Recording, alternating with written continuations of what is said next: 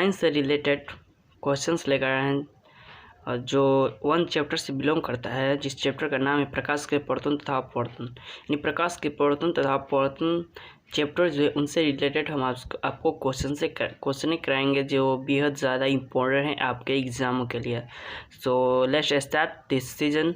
तो first of all ये देख रहे हैं आप, यहाँ पर फर्स्ट क्वेश्चन है कि प्रकाश की किरण गमन करती है। तो जो प्रकाश की किरणें होती है वो गमन करती है, तो यहाँ पर इसका राइट आंसर हो जाएगा सीधी रेखा में। यानी जो प्रकाश की किरणें हैं वो सीधी रेखाओं में गमन करती है। प्रकाश की जो किरणें हैं वो सीधी रेखाओं में गमन करती है। चलिए नेक्स्ट क्वेश्चन की तरफ चलते हैं। अब 2 नंबर क्वेश्चन है, प्रकाश का वेग न्यूनतम होता है। तो जानिए कि प्रकाश का जो वेग है वो न्यूनतम कब होता है। तो इसका राइट आंसर जो है वो हो जाएगा कांच में। यानी जो कांच में है प्रकाश का जो वेग होता है वो न्यूनतम होता है।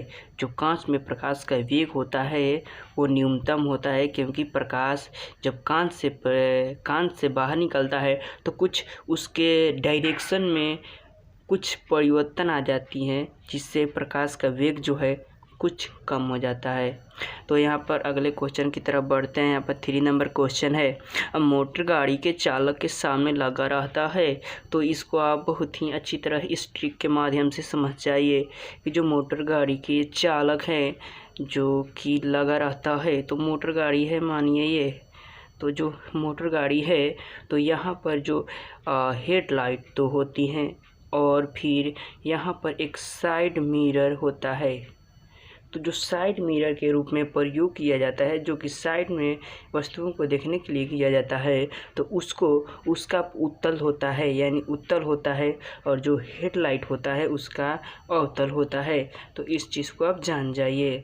चलिए अगले क्वेश्चन की तरफ चलते हैं। तो यहाँ पर देखिए अगले क्वेश्चन में क्या रहेगा, मोटर कार के हेडलाइट में किसका प्रयोग किया जाता है। तो यहाँ पर राइट आंसर हो जाएगा यहाँ पर अवतल, यानी हेडलाइट बोल दिया तो हेडलाइट, तो यहाँ पर अवतल दर्पण हो जाएगा। अगले क्वेश्चन की तरफ चलते हैं। 5 नंबर क्वेश्चन है, समतल दर्पण द्वारा बना प्रतिबिंब होता है।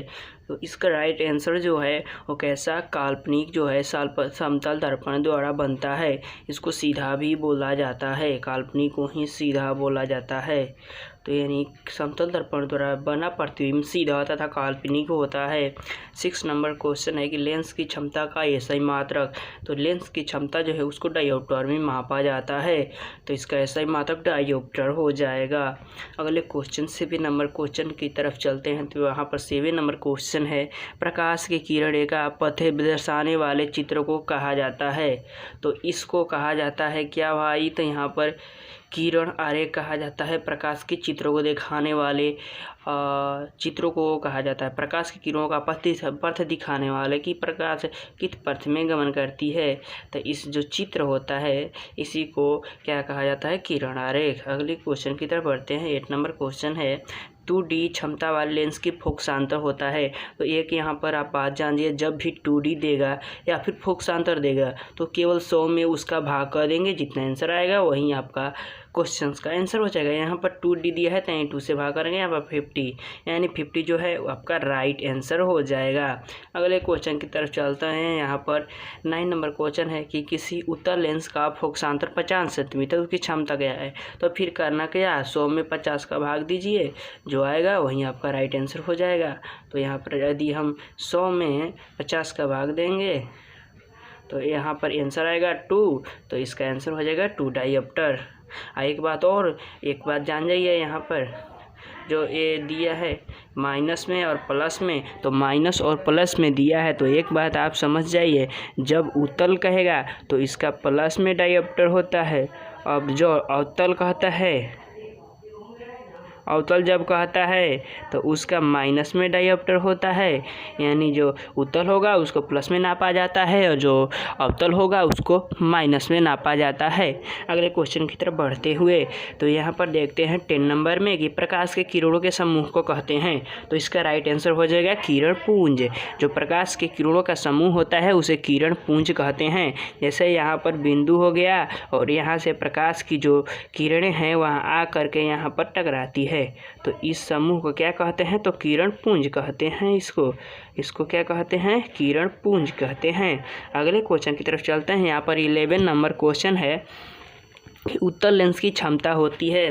तो जो उत्तल लेंस होती है उसकी जो क्षमता होती है आपको अगले ही बताए हैं, मतलब आगे क्वेश्चन में आप लोगों को हम बताए कि जो उत्तल लेंस है उसकी क्षमता जो होती है वो कैसी होती है, तो धनात्मक होती है, और जो अवतल लेंस होती है उसकी क्षमता जो है ऋणात्मक होती है। तो यहाँ पर इसका राइट आंसर हो जाएगा बी, ऑप्शन नंबर बी। यहाँ पर अगले क्वेश्चन की तरफ चलते हैं। 12 नंबर क्वेश्चन कह रहा है कि अवतल लेंस की क्षमता होती है। तो यहाँ पर देखिए अवतल लेंस की क्षमता हम बताए हैं, अवतल लेंस जो है उसकी क्षमता कैसी होती है भाई, तो ऋणात्मक होती है। यहाँ पर राइट आंसर एप्पल हो जाएगा। अगले क्वेश्चन की तरफ चलते हैं। 13 नंबर क्वेश्चन, उत्तल लेंस को कहते हैं। तो उत्तल जो लेंस होती है उसको क्या कहते हैं, तो यहाँ पर आंसर देख लेंगे। तो यहाँ पर अभिसारी लेंस, जो उत्तल लेंस है उसको क्या कहते हैं, तो अभिसारी लेंस कहते हैं। यहाँ पर इसका राइट आंसर हो जाएगा अभिसारी लेंस। उत्तल लेंस को अभिसारी लेंस और अवतल लेंस को अपसारी लेंस कहते हैं। अवतल लेंस को क्या कहते हैं, अपसारी लेंस।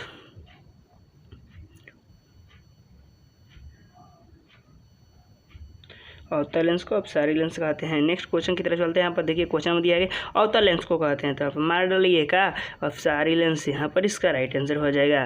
तो देरी ना करते हुए 15 नंबर क्वेश्चन की तरफ चलते हैं। यहाँ पर दिया हुआ है कि निम्न में से, यहाँ पर दिया हुआ है कि निम्न में से कौन सा पदार्थ लेंस बनाने के लिए प्रयुक्त नहीं किया जा सकता है, तो इसका राइट आंसर हो जाएगा मिट्टी। यानी जो मिट्टी है उसका प्रयोग लेंस बनाने के लिए नहीं किया जाता है।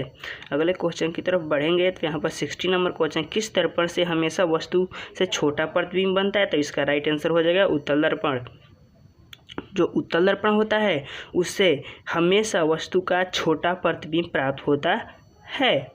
अगले सवाल की तरफ बढ़ेंगे। यहाँ पर अगले क्वेश्चन हल है कि किस दर्पण से वस्तु का बड़ा प्रतिबिंब बनता है, तो जो बड़ा प्रतिबिंब बनता है वो अवतल दर्पण से बनता है। यानी समझिए कि जो बड़ा है उससे अवतल हो जाएगा और छोटा होगा वो उत्तल हो जाएगा। यहाँ पर बड़ा प्रतिबिंब तो अवतल और छोटा प्रतिबिंब तो उत्तल। अगले क्वेश्चन की तरफ बढ़ेंगे। यहाँ पर अगला क्वेश्चन है, प्रकाश के परिवर्तन के कितने नियम होते हैं, तो आप लोग जानते होंगे प्रकाश के परिवर्तन कितने नियम हैं, 2 नियम होते हैं। अगले क्वेश्चन की तरफ बढ़ेंगे। 19 नंबर क्वेश्चन है, जब प्रकाश की किरण हवा से कांच में प्रवेश करती है तो मुड़ जाती है। जब प्रकाश की किरण हवा से, जो ये वायु है, एयर है, जब एयर से प्रकाश की किरण होते हुए जब कांच में पहुँचती है तो यहाँ से क्या होती है, तो लंब की ओर मुड़ जाती है। इसका हो गया। यहाँ पर इसका आंसर हो जाएगा अभिलंब की ओर, यानी अभिलंब की ओर। इसका राइट आंसर क्या हो जाएगा, अभिलंब की ओर, यानी अभिलंब के निकट इसका राइट आंसर हो जाएगा। अगले क्वेश्चन की तरफ बढ़ेंगे। यहाँ पर 20 नंबर क्वेश्चन के, फोटोग्राफी कैमरा का अभिदृश्यक होता है। जो फोटोग्राफी कैमरा होता है जो उसका अभिदृश्यक क्या होता है, तो उसका अभिदृश्यक होता है उत्तल लेंस।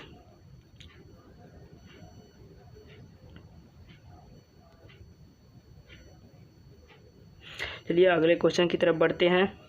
यहाँ पर 21 नंबर का साइड मिरर, तो आप पहले ही जाएंगे साइड मिरर उत्तल दर्पण।